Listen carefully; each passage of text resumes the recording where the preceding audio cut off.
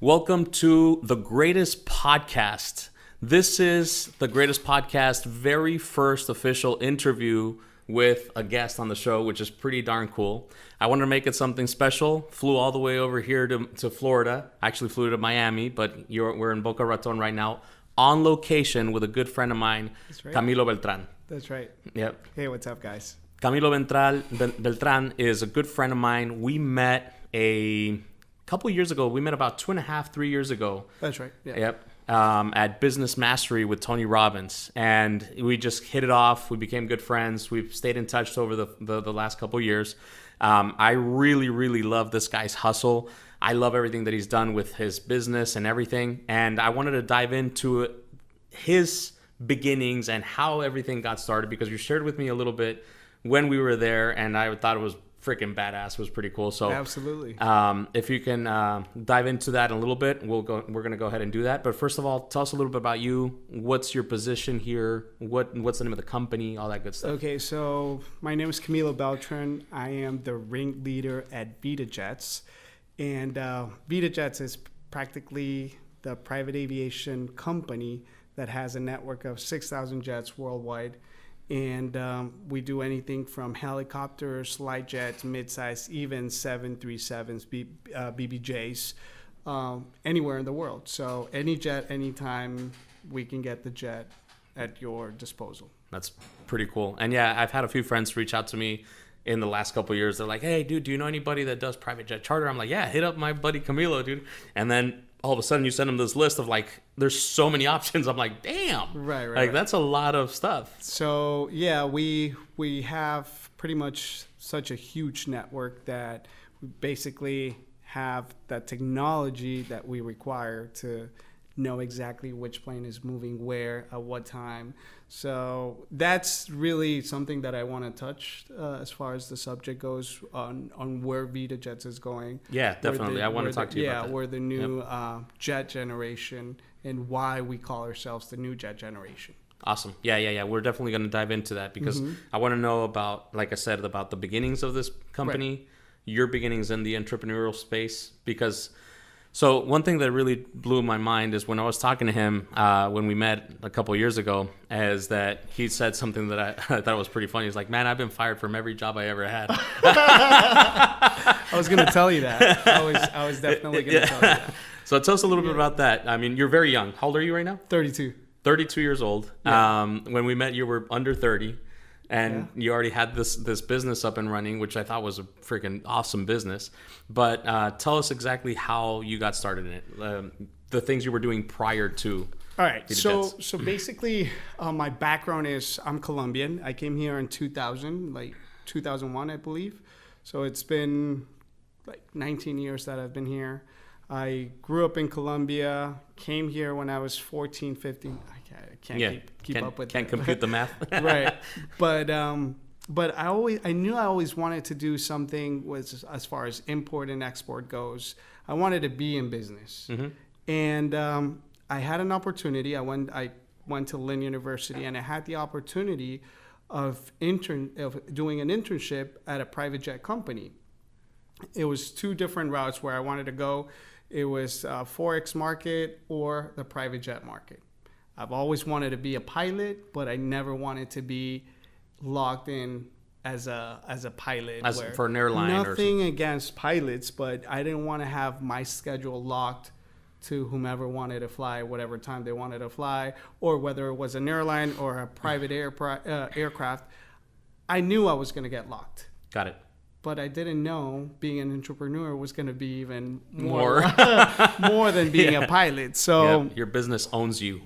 Exactly. So that's really how I started. It was an internship, three days a week, and 3 hours a day. Nothing major. And then that's pretty much where my love for aviation business started. Got it. Okay, cool. And then I remember you telling me something along the lines of your social media account started growing very dramatically. So how did you go from being an intern to being an owner? Okay, so like you said, they fired me from every single job that I was I started. I remember I was at a fast chain restaurant which was called Baja Fresh. I don't know if you recall. That was amazing restaurant. I think those still exist in California. Baja Fresh. Fresh. I love Baja Fresh. And they're not here anymore in Florida. Then I went to Tivana, which was bought by Starbucks. I was a barista. Okay. And then I went into the hospitality side, which I was a host at the Boca Resort. Learned a lot about hospitality. Worked for the Four Seasons.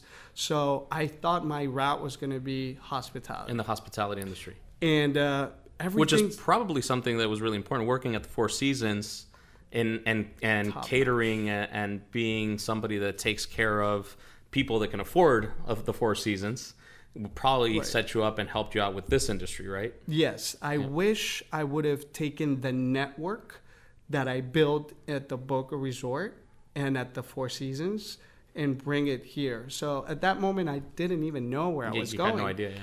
But I knew that hospitality, like I enjoy taking care of people. Cool. So it was something that I don't take for granted. Like I love the fact that I was able to feel that hospitality importance and the level that the Four Seasons has. Yep. So it's top notch. Like whenever I go to a hotel, it's either the Four Seasons, the St. Regis, or something in that category. Got it. Yeah, you have to. You kind of keep that as your minimum standard, right? Right. Like, thank God I've been able to set my standards this high, and then obviously getting into the private aviation world is just part of my DNA right now. It is, and I see everything that you're doing and the people that you're rubbing elbows with is badass. I mean, your circle has definitely been a big part, right, of your growth. It's just who you hang out with is really who you're gonna become, right? Yep. So it's, for me, it's the proximity, what Tony Robbins said, proximity is power. Yep. And I've had the privilege of hanging out with top level CEOs, celebrities, C-level executives. People that are flying private are the 3% of the 3% correct population in this world. So yeah, I have to kind of opens up your eyes a little bit, right? Oh, huge. Just the fact of going on a private jet, as when I was 22, for me it was like setting up my unconscious mind for success. Yeah. And what is possible. Exactly. And that's, I think, one of the biggest reasons why, for me, it was really, really important that I have somebody on the show like you joining us. Because a lot of times, I talk about it every now and then on my episodes and on my own private ones whenever I'm by myself. The importance of opening up your eyes and seeing what is possible. And like you said, maybe triggering your subconscious that, holy shit, this is kind of cool.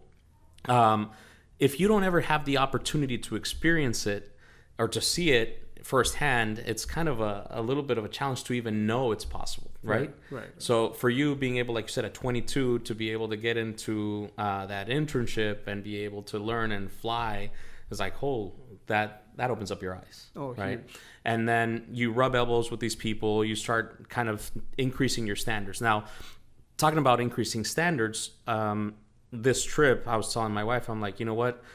Your minimum standards are so critical, right? Being able to have those minimum standards as to what you're going to tolerate and accept in your life is so important to the activities and the actions that you're going to take, right? So you tell me, I've been able to get these standards because of the work that I do. I think it's because the standards that you set cause you to create that mindset, right? Right. Yeah. I knew I wanted to be in business. I knew I wanted to get in the private aviation world. And coming from, I guess, I would say a wealthy family back in Colombia, when I came here, I came with nothing. Yep. I was sleeping at an inflatable mattress. And I was eating, I remember, so vivid that I was eating, I wouldn't be able to eat whatever I wanted because I shared a household with my cousins, and my aunt wouldn't let us or my mother give me food, the food that I wanted. Like I'm getting goosebumps from that because I haven't really talked much about this. And I would only be able to eat Publix $1 yogurts. Yeah. So coming from Colombia to here, starting from scratch, being humble enough to understand that, you know, if you grew up and you made yourself sleeping at an air mattress, for me going to, you know, Four Seasons or something of this nature, or sleeping on a private jet, you kind of have a lot more appreciation for it, right? Oh, yeah. Yeah. Huge. Definitely. So tell me a little bit about that. I didn't know this about you. Yeah. When you grew up in Colombia, you were well off. Yes. Why leave Colombia, being that things were well off, to come to the States with nothing? It was more like a family financial situation where they decided to come here. Okay. And then we pretty much, you know, grew from there. Like here, it's the American dream. It's not a lot of people say that it's not. It's that you're going to be locked to whatever someone else's dreams, but this is the American dream. Yep. And you're living it. Yeah. I mean, it's basically put in the effort. I don't know if you saw my latest one of my latest little 1 minute tip of the day, which talks about that. It's about paying your dues, right? And putting in the effort, and then whatever you put in, you get back. Right. And we live in a country that it really allows us to do that. Like, if you really put your mind to it and put in the effort and the hard work and the dedication, all of a sudden you get the results, right? The results come, which is pretty badass. So your family comes over when you were about 14, 15. You start with nothing. Very similar to my life story. We came here when I was about 7 or 8 years old. Okay. Same thing. We were very well off in Mexico. We came here and we had nothing. I mean, living in a 1 or 2 bedroom apartment with 10 people there, right? Wow. And it's challenging. But you're right. I think it teaches you how to really appreciate a little bit more everything else that comes your way after you put in the effort, right? Yeah. You kind of have a whole new appreciation, like, man, this is badass. It wasn't handed to you. Right. Cool. And always being like, I guess you can call it a rebel, or calling it like, I always wanted to do it my way. Mm-hmm. So when I'm telling you that I got fired from every single job except the aviation one, the latest aviation one that I had, was because I was a rebel and I knew there was something else on the aviation world, and not the aviation world. I see it more as on the marketing side, where they didn't care about social media. They didn't care about having a Twitter, having a Facebook. At that time, we didn't have Instagram, but I was always on top of the social media transitions. And then we came into Instagram, and that's how everything took off. So we were talking before the show started. We were talking about your Instagram. You have right now 140-some thousand followers, right, on the Vida Jets one, 142. Yeah. And I was curious, how did that happen? And then you told me something, which is the number one Instagram account followed you, right? Oh, that was huge. Yeah. That was amazing. For, like, coming from pretty much zero, nothing, like shooting, you know, photos here at the airport, which, thank God, we're at a great location, and growing the account little by little, and then having Cristiano Ronaldo follows us. I was like, did you guys reach out at all and offer something, or nothing, out of nowhere? Nothing. I think it's the great content that we put out, the love that we put with every single photo shoot that we do, with every single documentation that we do, because we love to document. Like, I have a vlog that pretty much shows my private jet journeys. Yep. So I'll take a private jet to New York. I'll take a private jet to the DR, to the Caribbean, to Vegas, to wherever. And I try to document the whole experience, like the whole experience. Yep. But in this moment, it was more like the Instagram side, and as soon as I had that account, I was like, you know, I'm not saying that, oh my God, it's going to make us or destroy us, but it really was something for me. It was like, you guys are doing a great job.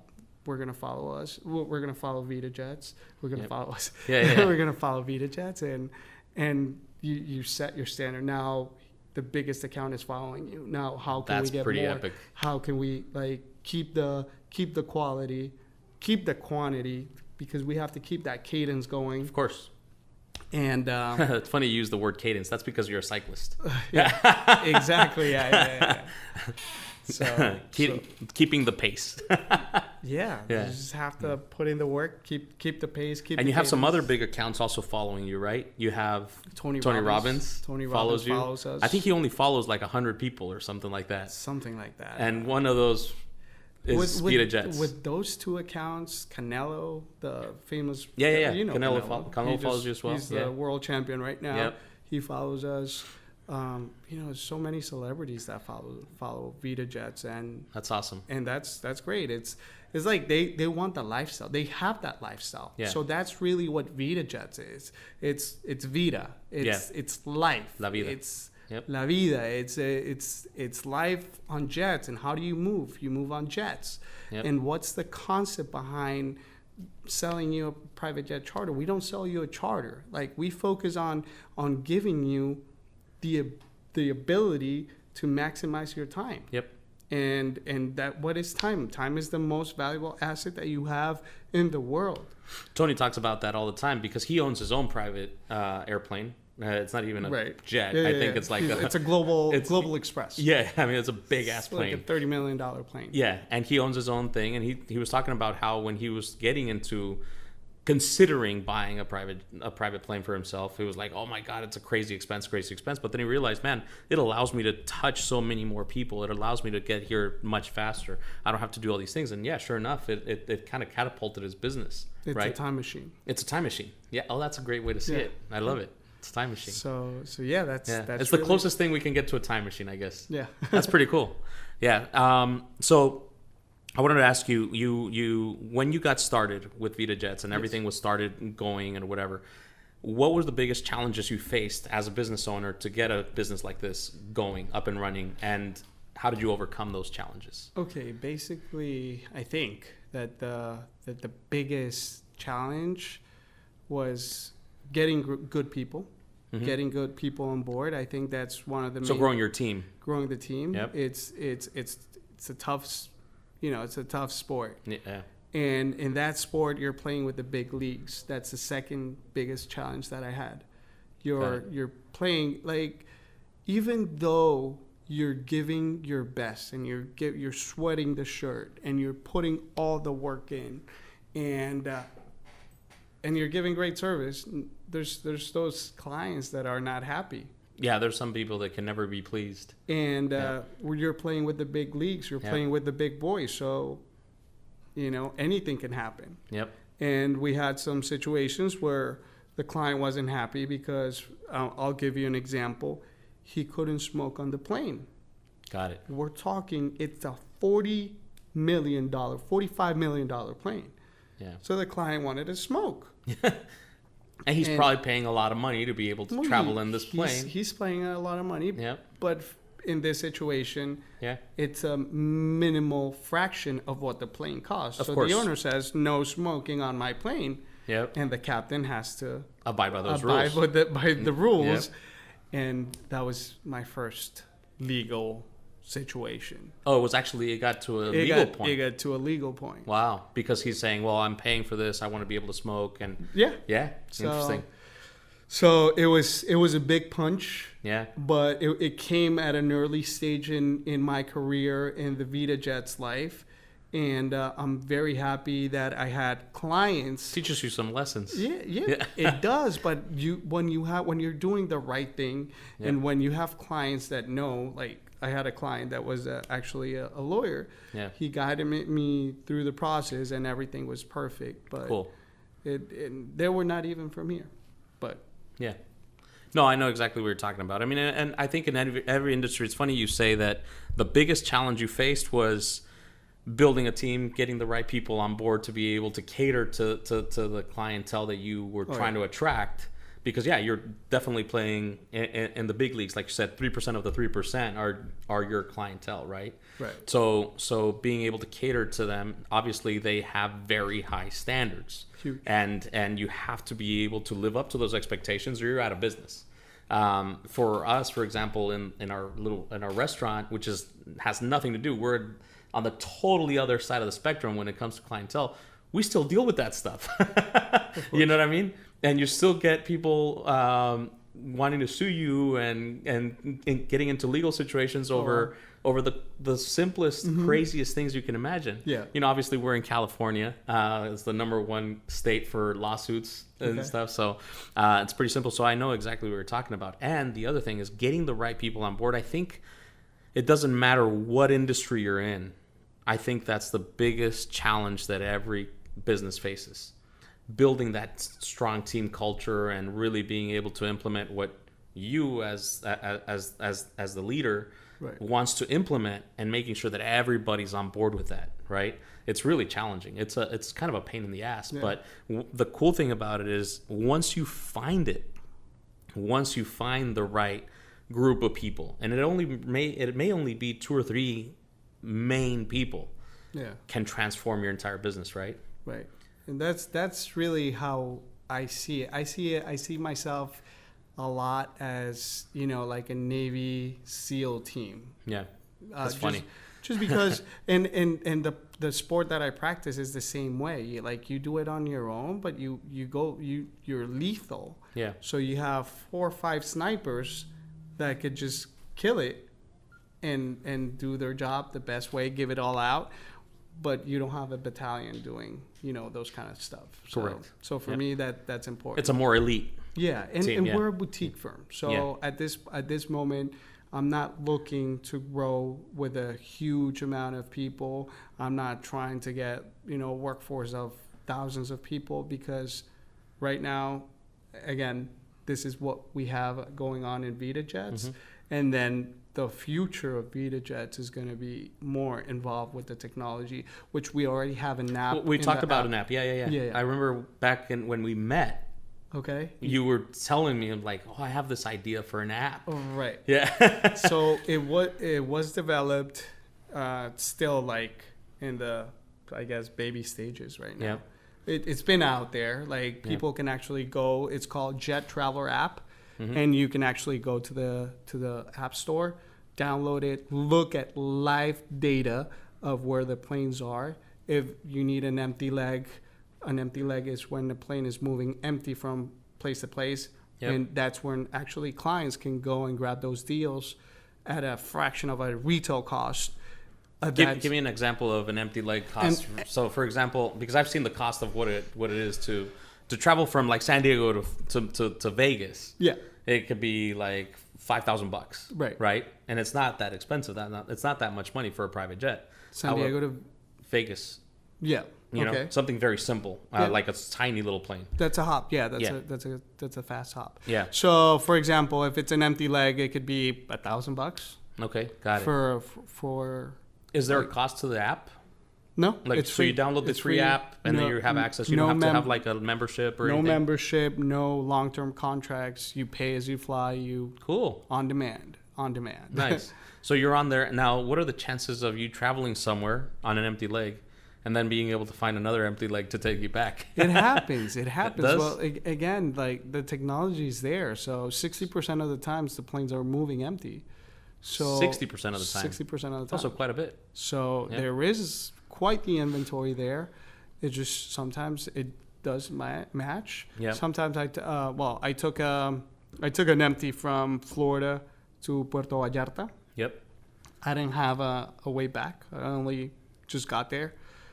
We were there for a couple of days, and then like, how do we get out of here? So there was a plane going from Puerto Vallarta to Chicago. Yep. And then from Chicago, we went to New York. And then from New York, we got into a commercial flight. And we came from New York down to Florida. That's pretty cool. So I enjoy traveling. I think that it's one of the best things any human being can do. Yep. Travel the world. Because what you learn by traveling is there's nothing else can teach you that. Nothing. It's like no comparison to anything. We just came back from Dubai. Okay. That was badass. So I was waking up every day like wanting to see your stories. Oh, like, yeah. Dubai was... Yeah, I was like, man, what is he doing today? We went to Abu Dhabi. We went to Dubai. Oh, my God, I love those countries. UAE is the place to go. Like, I love the States, but UAE, it's really a place to go and even consider doing business over there. Got it. We do business with the Middle Eastern community. Yep. And their market is completely different than the U.S. or European market. The type of jets that we sell over there are more like on the BBJ side, Airbus, Boeing. Here in the States, we're a little more on the Gulfstream, like more a lower tier of the category of the planes. Wow. But over there, it's just amazing. There's a lot of money flowing, right? Yeah. Oh my God, it's so much money. I really enjoyed the experience. I did skydiving for the first time in Dubai. Yep. A great experience. It taught me that I wanted to always do skydiving. Got it. And obviously, I'm in aviation. I had a situation where one of the pilots that was actually here was a skydiver. He was a professional skydiver, 62 years old, and he died while skydiving. So did his parachute not open, or did he have a heart attack halfway down, or? We don't know what happened. It was in 2013. And since then, I said, you know what? I'm not going to freaking skydive. Yeah. No way I'm going to skydive.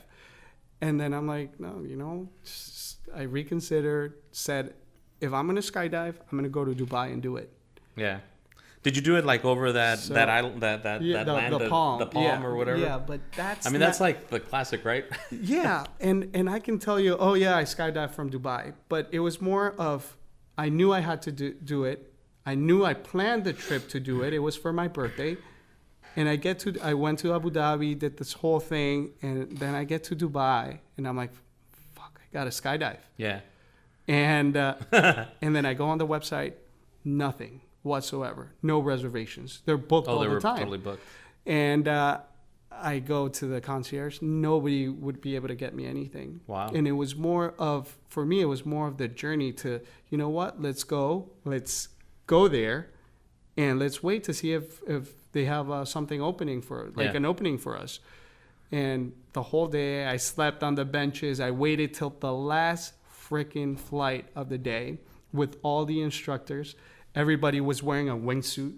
Like, wow. I was flying with all the pros. Super pros, yeah. And it was more like, I'm like, I wouldn't have enjoyed if I had made the reservation. I enjoyed the hustle, stay there. Like, so for me, that's really how life is. It's you go and you get what you want. And you basically set a goal. It doesn't matter how you get there, but you got there. I mean, instead of going back to your hotel, which is a pretty badass hotel. Right. Yeah. You slept on the benches at the place that they were going to do the skydiving so you could hold a spot, right? And just basically find a way to get in. I wasn't guaranteed anything. Yeah. They told me you're not guaranteed. Might happen, might not happen. That was at like 9 a.m. 12 comes. They're like, fill out the documents. I'm like so happy. And they're like, no. We're not going to be able to guarantee anything yet. Just in case something happens. So last minute, 3:30, and we get the call. Nice. So it was, the experience. So you was really amazing. wanted to do this kind. Yeah, that was the whole purpose of the trip, right? Yeah. Got it. It was one of the main purposes of the trip. You were there for a long time. Like 12 days. 12 days. Yeah. Nice. So your favorite part of the whole trip was? Skydiving. The skydiving? Yeah. It was? Yeah. It was really the highlight. Oh, yeah. Nice. Huge. I had an amazing time. It was one of the most, luxurious trips that I've done. Mm-hmm. But I still say that whomever's listening to this, guys, the World Cup experience, it's beyond any trip. When you went to Russia. Oh my God. Yeah. Russia is another thing that. Do you plan on going to Qatar next one? Yeah. Yeah. Oh, once you do it once, once you get on a private jet, you're never gonna want to fly commercial again. Well, that's why I haven't jumped on one yet, because I don't. No, but you'll fly with us. Yeah. Oh, for sure. For sure. Yeah, it's coming. Yeah. Yeah. So yeah, it's the travel part of my life is something that makes me and that teaches me a lot of lessons, and then also, just being in the private jet world is like setting always your standards super high to what you want to do in life. Awesome, very cool. So tell us a little bit about the future for Vida Jets from now on. What's in the works? What's the plan? What's happening? So On the works right now, it's more being the back end of what the aviation is. So where the planes are moving, being, let's say, having the app, obviously expanding on the app that we have right now, because there's a lot of apps that are out there in the market that are focused on memberships and are focused on... Yeah, well, I believe Tony Robbins has one, right? Is part owner or something of an app, but it's a membership thing. It's cost a ton of money. That one they had. Well, right now they're getting investigated by the FBI. Oh shit! That's what I think he had the membership. Oh, got it. He paid for the membership. Got it. But pretty much some of the clients are getting investigated by the FBI. The lawsuits are they're piling up. They're all over. Like, you can look them up in CNBC. Yeah. I'm sure you know I'll about the app. Yep. But I don't like to talk bad about other companies. Yeah. But yeah, it's pretty bad. So that's the thing. Like, we don't want to do it too good to be true. It's going to be more like the back end process of any business when it comes to aviation. We want to be your private aviation department. Got it. I love it. And I think the fact that you're able to do this and be able to offer the empty legs to anybody without having to pay for a membership or whatever, I think that's brilliant, man. That's really, really cool. So that's awesome. So yeah, that right now it's that. It's really, what are you going to go and get a timeshare at one of those, nice hotels in Puerto Vallarta, or you're just going to rent a room? Yep. That's really what it comes down. There's an obsolete business model that the aviation industry has, which the people are still going for that, and there's nothing wrong with that.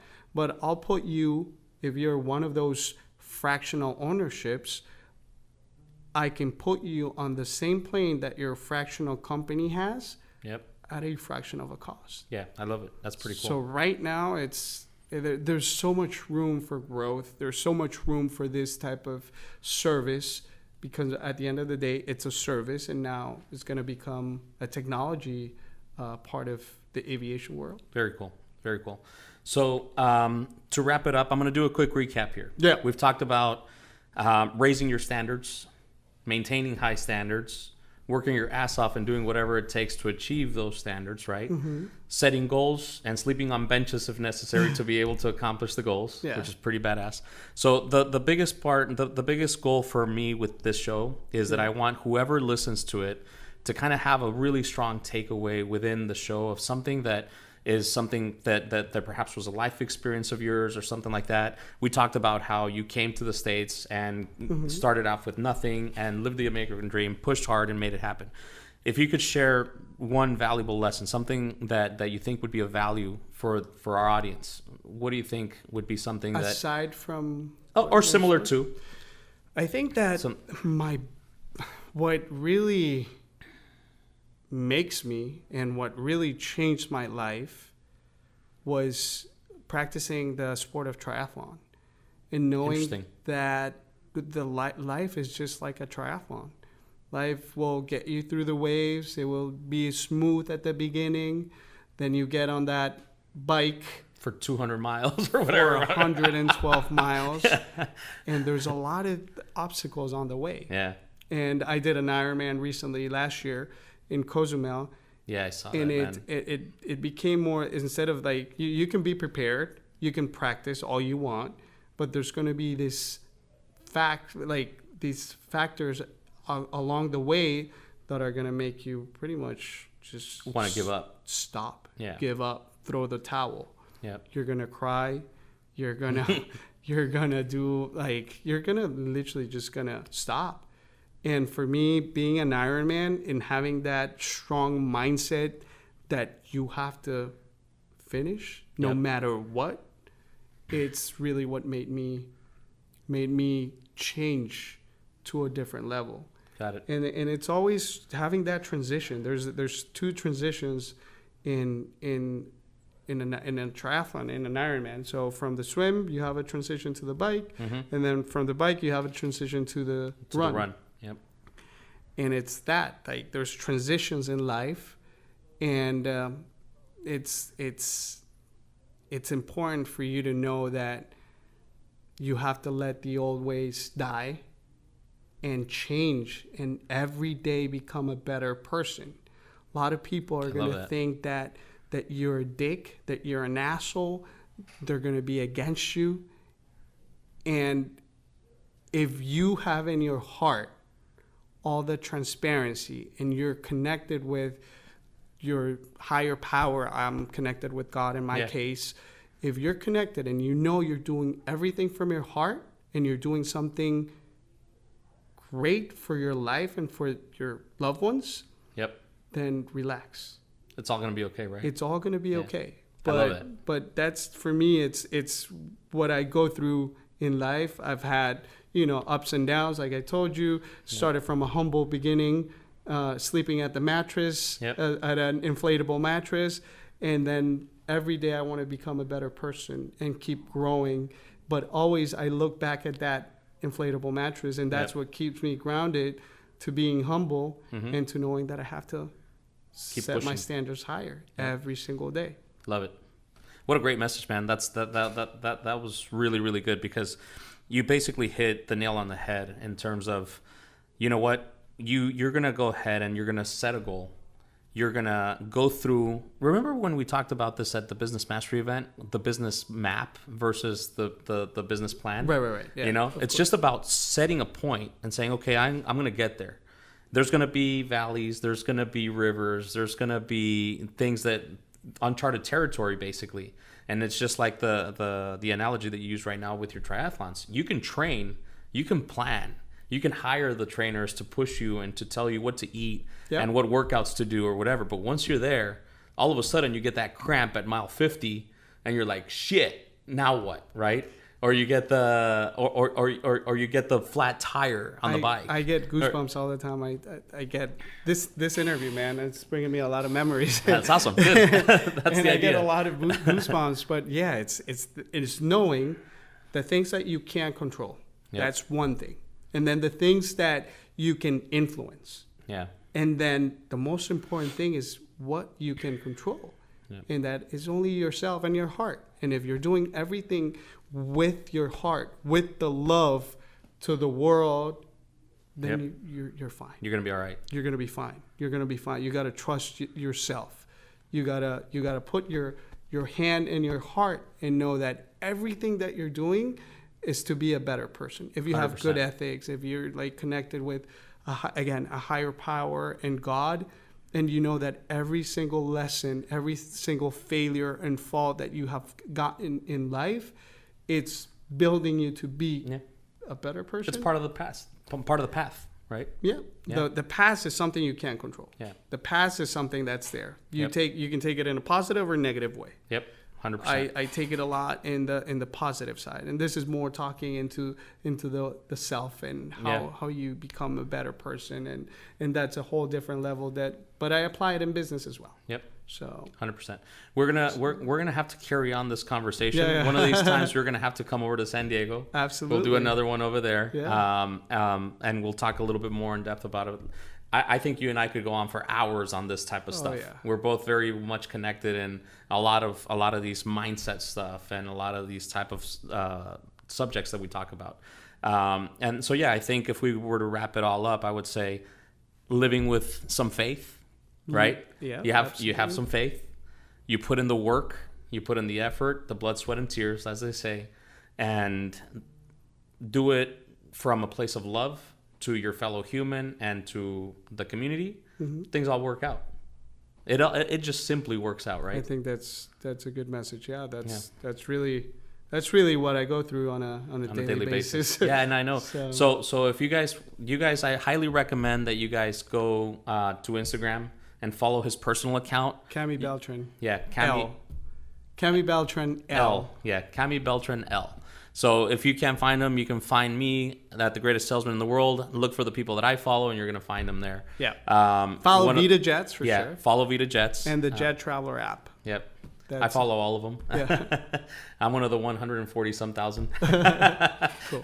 So definitely go follow him. There's a lot of great content. And if you look at his stories and everything that he's doing on a daily basis, you'll see that everything that he shared with us in this particular interview is 100% accurate, on point. I mean, every day you live your life smashing goals, just doing whatever you need to do to be able to accomplish those goals, which is something that I really, really admire of you. I appreciate the friendship. Thank you. I appreciate the connection that we were able to make a few years ago, and I look forward to a lifelong relationship and friendship with you, man. I mean, I think that you're gonna go to really, really great places in life, and I can't wait to follow in the journey, dude. Thank you, Pancho. So yeah, Thank for sure, you, man. I appreciate it. Thank you for the invitation. Thank you for making me part of this, because if I can touch just one person, I'm happy. That's awesome, because that's what I always say with this podcast.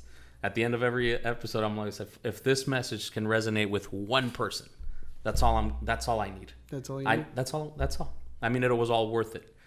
This was a very special episode because we traveled. Yeah. We made it happen. We brought the whole setup. Sunny Florida, baby. Yeah, sunny Florida, which is really, really cool. I was really excited. There's definitely a learning curve to this.